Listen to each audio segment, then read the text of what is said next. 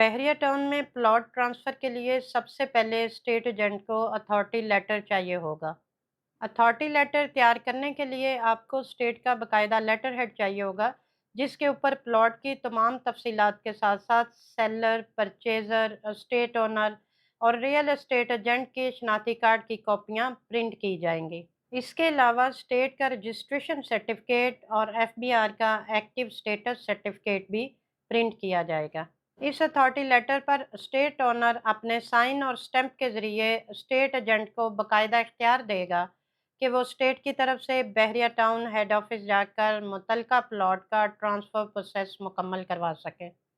यानी authority letter इस बात का सबूत होगा कि स्टेट एजेंट को ओनर की तरफ से प्लॉट ट्रांसफ़र के सिलसिले में ज़रूरी कार्रवाई मुकम्मल करने का बाकायदा इख्तियार दिया गया है। अथॉरिटी लेटर हासिल करने के बाद स्टेट एजेंट इस अथॉरिटी लेटर के साथ स्टेटमेंट काउंटर से प्लॉट की स्टेटमेंट निकलवाता है। अगर स्टेटमेंट में कोई पेंडिंग रकम मौजूद हो तो पहले इसे क्लियर किया जाता है। इसके बाद एनडीसी काउंटर पर एनडीसी के लिए अप्लाई किया जाता है।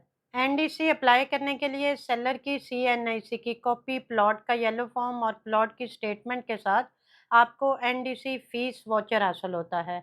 एनडीसी फीस जमा करवाने के बाद आपको एनडीसी रिक्वेस्ट फॉर्म मिलता है। इस फॉर्म पर सेलर और बायर की मालूमात के साथ तमाम टैक्सेस और वो रकम दर्ज होती है जो इन्हें अदा करना होती है। सेलर की तरफ से एफबीआर का टैक्स, एडवांस इनकम टैक्स और एफबीआर वैल्यू लिखी गई होती है।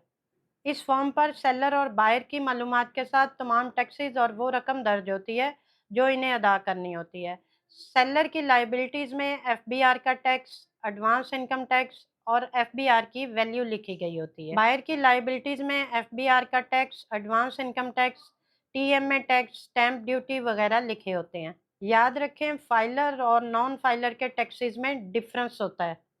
एनडीसी 4 वर्किंग डेज़ के बाद एक्टिव होता है। इन 4 वर्किंग डेज़ के दौरान बहरिया टाउन हेड ऑफ़िस फ़ाइल को आर्ज़ी तौर पर ब्लॉक करता है और फ़ाइल का ऑडिट करता है।